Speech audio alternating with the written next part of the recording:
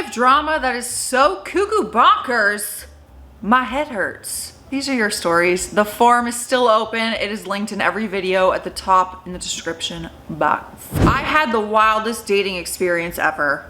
Buckle up because this is going to blow your mind. I am ready for my mind to be blown. Also, be prepared for a huge twist. This happened in 2019 when I, 26 male, was 21 at the time and in college and living in New York City. Oh, I'm going to New York City in like 4 weeks.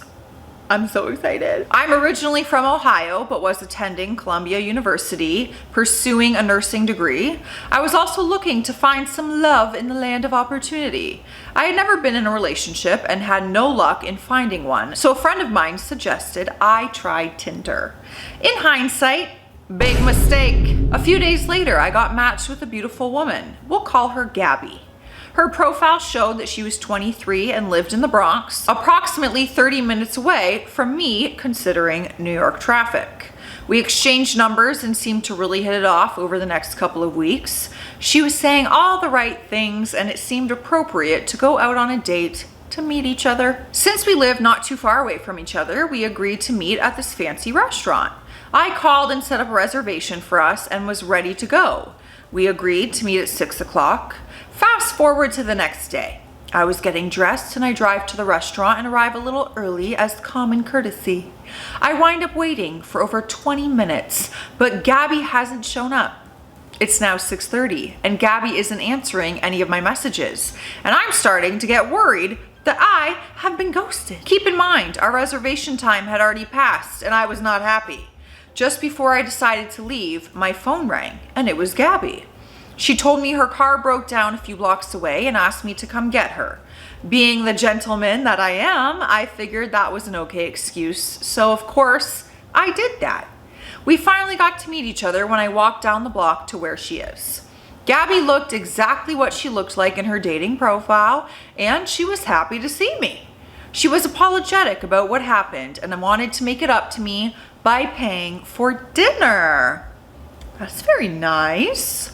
I said no because as a man, I believe the man should always pay on the first date to make a good first impression. Since we missed our reservation, we found a wine bar where we spent time getting to know each other better. We ordered a few drinks and we're having a great old time, laughing and exchanging stories. It felt like the perfect match. In the heat of everything, oh la la, I leaned into Gabby and we kissed. That is not the sound of kissing, but sure. She was the most beautiful woman I have ever seen, and I felt this connection I had never felt before. I felt like the luckiest guy in the world, or so I thought. After we pay our bill, we start walking down the sidewalk, enjoying the nightly breeze, and sit on a park bench overlooking the East River. We spend more time talking about what we want in life and what our favorite hobbies are. The more we talked, the more it felt like we were made for each other. When it came time to head home, Gabby suggested, "The night's still young." This caught me by surprise, so I asked what she had in mind, and she suggested we go back to her apartment, which wasn't too far from where we were. I had a feeling as to what was coming, but this was my first time with a woman, so in my immature mind, I was all in for it.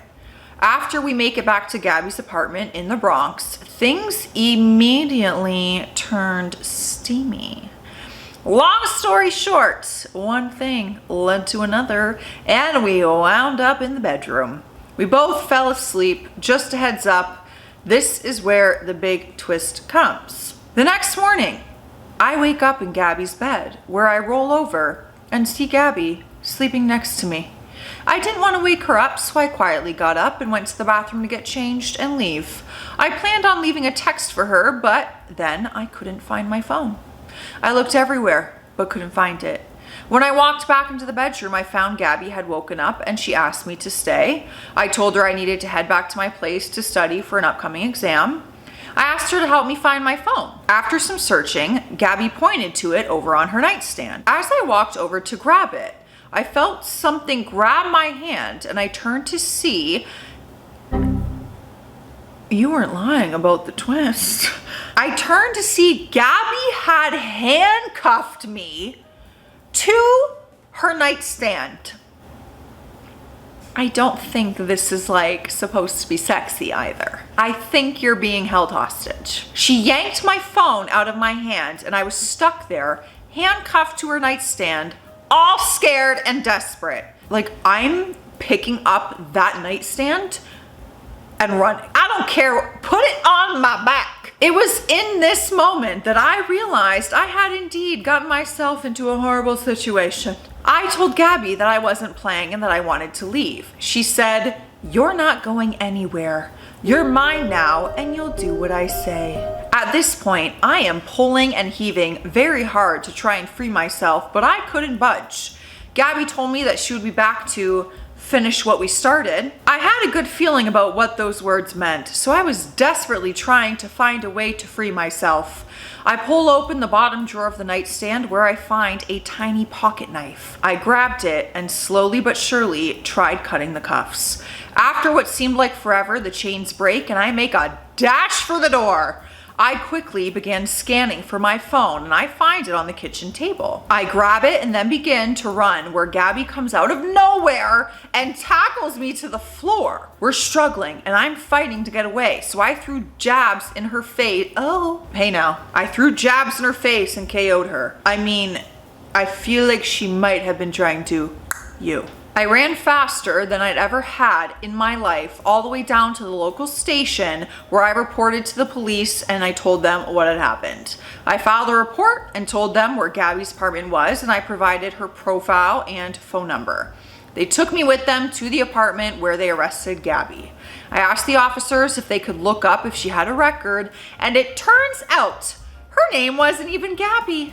I'll keep things anonymous, but long story short, she did have prior stalking and harassment offenses, so I can't say that I am surprised. How could someone seem so loving and caring actually turn out to be the devil? Well, hey, Ted Bundy, Jeffrey Dahmer, he was lovely. Well, he wasn't. After this whole ordeal, I moved back home to Ohio. I'm never going on dating apps ever again. Hopefully something better will come out of this, but I'm happy to be back home. And next time, I'm doing a background check on who I take out before I pursue a relationship. Moral of the story, don't go back to their house on the first date. Agreed. And that goes for men too. I understand that it's more out there in the media and on social media that women shouldn't go back to a man's house on a first date. No! Everybody, you shouldn't go back to anybody's house on a first date. You don't know who they are. It goes for men as well, absolutely. Bitches be crazy. Next up, we have Nat. I was literally kidnapped at 4 years old. So here's the basic story of what I remember. Some information was filled in for me later. My older half sister and I were staying with my dad for his visitation. We have the same mom, different dads, and when our mom and my dad got divorced, custody was settled at 50-50, 1 week with mom and 1 week with dad. Anyway, my dad was working nights at the time and he and my sister had gotten into a fight. I still don't know what it was about, but dad needed a nap before work, so he stormed off and slammed his bedroom door and took a nap.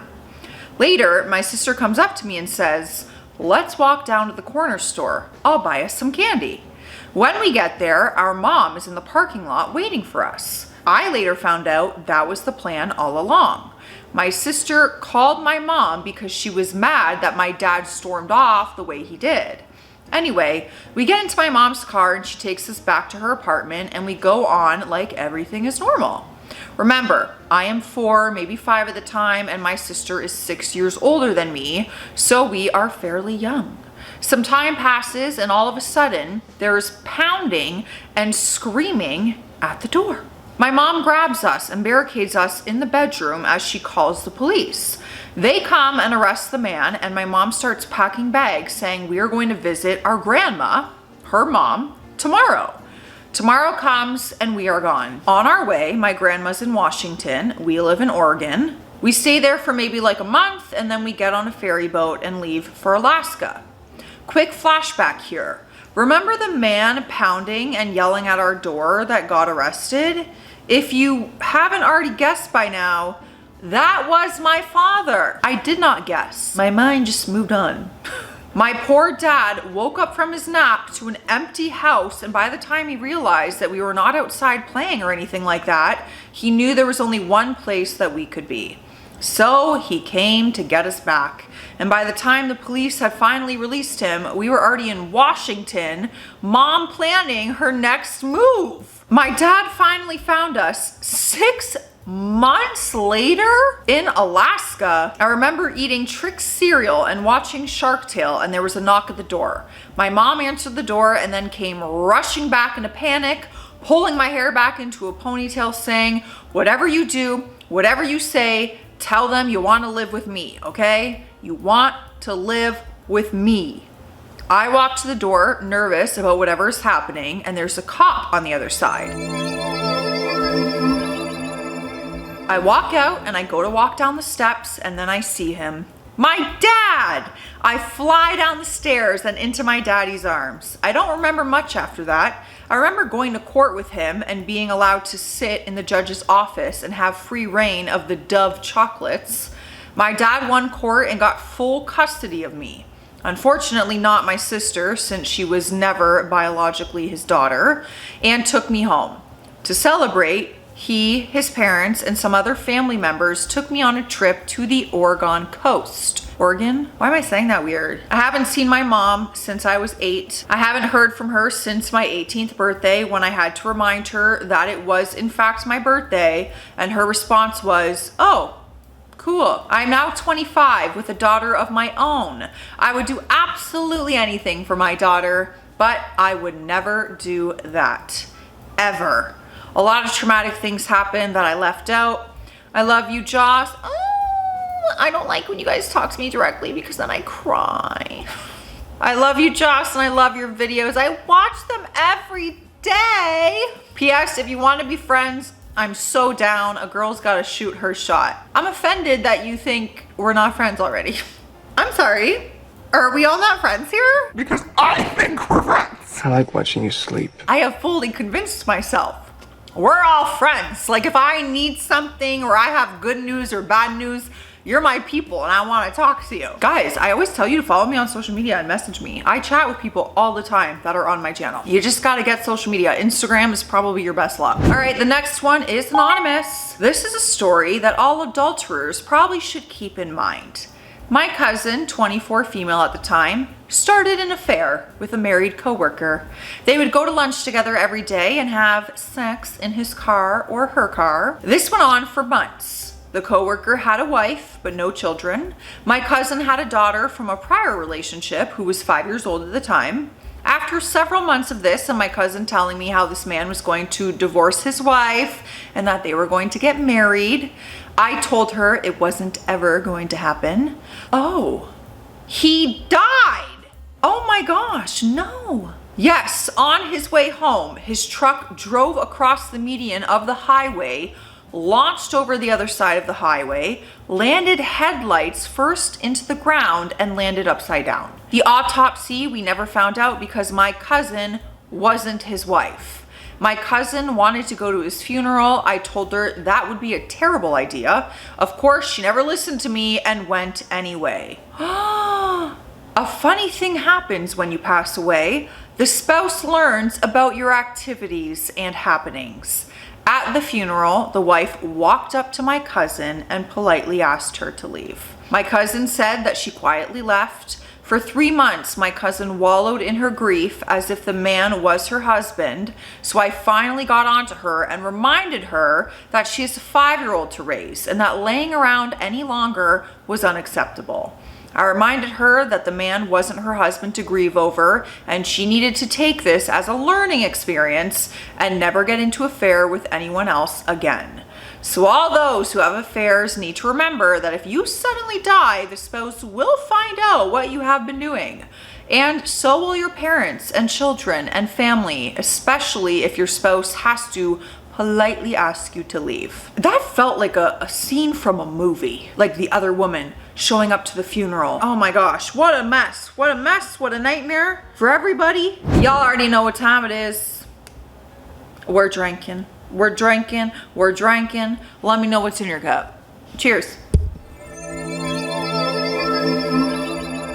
Next one is coming from E Sass.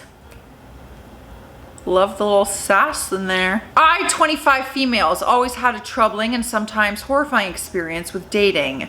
Important context, I am disabled and I've been in a wheelchair since I was little. I date both non-disabled and disabled people. I don't really care as long as we have a connection and they are not a donkey wipe. I was 23 and just got out of the longest relationship I've had of 2 years, and I was in my I don't give an F era when I got a DM from a guy, 28 male, Looney Tunes is what we're calling him, that I barely knew from the local disability community. Our families met 10 years before at a local community event, and because of our age differences, we were not in the same social circles. The DM basically said that he would like to go out with me and gave me his number. I had heard through the grapevine that he had girls go out with him just to steal from him. Remember this for later. So I thought I would give him a chance, which is the worst decision. So we messaged back and forth and decided to meet up at the mall. Now, the physical date was one of the best first dates I've ever had at the time. We raced down the hallways in our wheelchairs. He bought me a Tim's iced cap. Canada! Yo, ice caps are fire. We did stuff in the bathroom, PG-13. I don't think I've ever, that's a lie. Anyways, that came out way worse than it is. Whatever you're thinking, no, not that. Oh my God, stop talking, stop talking. Stop talking. And at the end of the night, he gave me a necklace with my initials on it. But this is where things went downhill really fast. Immediately after I got home, I got a text from Looney that he loves me. Oh, and he wants to be my boyfriend. I was blind because of how good the date was and messaged him back saying that I had a great time with him, but I wasn't ready for a serious relationship because of my ex. But we can see each other if he doesn't push for more because I liked him. He agreed, so I thought. But when I woke up, I got a million messages and missed FaceTime calls from him. I messaged him back and told him that I just woke up and I didn't like the name calling, saying that I was a B word, and then immediately love bombing me, saying he just wanted to be me because I was beautiful. Obviously I am. Absolutely, girlfriend. You keep that energy. And I was done with him. He obviously started to backtrack and started calling me, but I was done. But I stupidly did not block him. A few weeks ago, I went on a couple unsuccessful dates and I felt crappy about myself. So when Looney texted me apologizing for his actions, saying that his mental health wasn't good, I gave him a second chance. And we began dating through messages because wheelchairs and snow don't mix and I was lonely. I knew that it was toxic when he started sending me very detailed messages on what he wanted to do with me. Think of 50 Shades mixed with what true crime is about. Ooh, that's not a mix. That's not a good mix there. Every time I try to break up with him, he would say that he would harm himself and spam me with calls and messages. Waving the red flag. I gotta order some flags because I'm waving the red one. I eventually blocked him. However, he would always find the one social media that I had forgotten to block him on. The cycle of him reaching out and apologizing, me forgiving, him crossing my boundaries, and me blocking him again went on one more time until we were in a relationship. But then he told me that he had a girlfriend from his church and he was only using me for his weird effed up fantasies. I immediately blocked him on every social media. Fast forward to 9 months later, I'm with my current partner, the sweetest and the hottest person ever.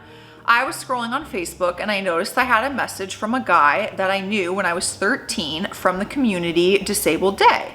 It was one of Looney's friends messaging me saying Looney asked him to ask me to unblock him and hear him out. And he mentioned Looney has been telling everyone that I used him because he paid for our date and got me a gift. I apologized to his friend and explained our situation in short terms and mentioned to my partner that I was going to unblock Looney to rip him a new one because my current partner and I have healthy communication. And boy, Sure, I did. I basically wrote a paragraph detailing how he was wrong for involving our mutual contact to contact me and lying to him about me using him because he bought me a necklace and a coffee.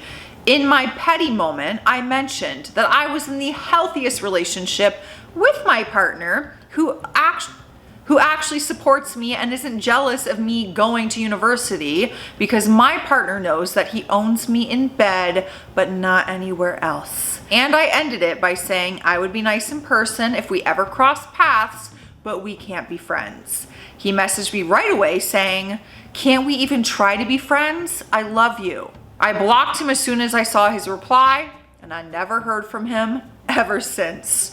Thanks for listening. Remember, everyone, to drink your water. She said it, not me. Drink your water. The next one is anonymous. So this is the insane story of how I found out my boyfriend of 3 years was cheating on me. We'd met in my first year of college and it felt like love at first sight. He was kind, funny, and very passionate about his volunteer work at a local animal shelter. Whenever we first got together, he would go to the shelter about twice a month and always came back smiling and re-energized. I knew it was his happy place, so I didn't say anything when he started going more often, 2 or even 3 times a week near the end of our relationship. In our last year as a couple, things started getting out of hand though. He'd cancel plans we'd made to go or go on days when he knew would be our only date night that week. I confronted him several times about it and he would always get angry, asking me if I was really asking him to give up one of the only things that made him happy anymore. That always made me feel guilty, so I'd back off the topic and just let it be for a little while. That was until he started bringing animals home from the shelter. Never more than a few days per animal, but this is probably the right time to add that I am allergic to both dogs and cats. Nothing life-threatening, but my throat gets really itchy, my nose starts running, and my eyes water and puff up to a point where I can't really see anything. I couldn't stand to be in his apartment for more than a few hours, and he refused to come over to mine at the time because I was letting my sister stay with me for a bit, and they hated each other. I guess in hindsight, that should have been a big red flag since my sister is the most loving and gentle person I know. I asked him if he could cut down on the number of animals that he was bringing home, just so I could spend a few days with him without having to blow my nose constantly. And he blew up at me, telling me I was heartless for not wanting to help the poor animals. I had no idea what to say to that, so I just dropped it. A few weeks later, I couldn't stand it anymore after he invited me over for dinner, promising that his apartment was animal-free for the moment. When I got there, he had 2 dogs chilling on his sofa and a cat sitting on the dining room table about 3 inches from the plate of fish he had made for us. I told him it was completely unacceptable for him to lie to me like that and that I was done with our relationship if this is how he was going to treat me. At one point during the yelling, he went to use the bathroom and left his phone sitting on the table. I had gotten up to grab my jacket and leave when he got a text. I know where this is going. We're reading that text message. We are snooping in the phone. I didn't even mean to read it, just looked at the notification from someone labeled as May saying, "Is she gone yet?" I swear my heart dropped right into my stomach when I read that, and I felt no remorse at all when I unlocked his phone and read their whole conversation on WhatsApp. Apparently, they'd met at the shelter and had been seeing each other for a little under a year. He often complained to her about how I was allergic to animals and so he couldn't have one, and at one point they concocted this whole plan to drive me away using my allergies so that they could be together without tanking his reputation with our mutual friend group. So I screenshotted all of their messages and sent it to our group chat. Needless to say, they were all outraged on my behalf and cut contact with him after that. If he'd just come to me from the beginning and told me I wasn't meeting his needs, or even just that he had found someone else that he loved more, I would have been hurt but understood. Since he was my first real love, I think him doing that to me broke something in me for a while, but I'm happy to report that after 4 months of some much needed therapy, I'm finally doing better now. This channel helped me see that I'm not the only one to go through this, and that I can eventually recover and bring some much needed light into the darkness that has settled over me. I am so happy that I started reading your guys' stories on this channel, because it is real life stories, it's personal experiences. We can all connect to it in one way or another, even if it didn't specifically happen to us. I love that for us. That makes me so happy. I'm not happy that you went through that, but I'm happy that we can all support you and rally around you.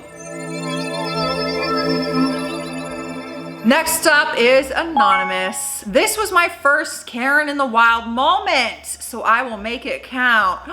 I have not reacted to Karens in some time. Give me a Karen. My husband and I went to a grocery store yesterday. I got my new glasses first, so he had me use an electric cart so I wouldn't trip and hurt myself. I am disabled, so using them is not new for me. We kept passing by this lady who just had that air of entitlement. The Karen vibes. No big deal, she wasn't interacting with anyone. We ended up behind her in line, but she was down bagging groceries. If you have a Winco, you know. Mind you, her cart was sideways in the aisle next to the belt instead of at the end. Full on using her cart as a gate. Then the cashier, used to the routine, looked over at her and told her the amount. She stormed up to the cashier. "Don't you have it? I put it in." The poor cashier shrunk and told the lady, "My apologies, it was on my end. My husband knew something was happening because he gave her the card, but I said I would take the cart down." I went full throttle into her cart. She snapped. Quote, "If you would have asked, I would have moved it." Grinning, I said, "If you would have put it at the end where it belongs." Then I started begging. I'd used the crash to draw her attention. I leaned over and somewhat quietly told her, "If you talk to the staff like people, others won't ram your cart and make you look stupid." She walked away with a glare and a huff. The cashier smiled happily. I hate seeing people treat other people poorly, like for no reason, just because you're in a bad mood. All right, guys, let me know your thoughts and feelings. I'll see you in the comment section. Stay classy out there. Stay sassy. Bye.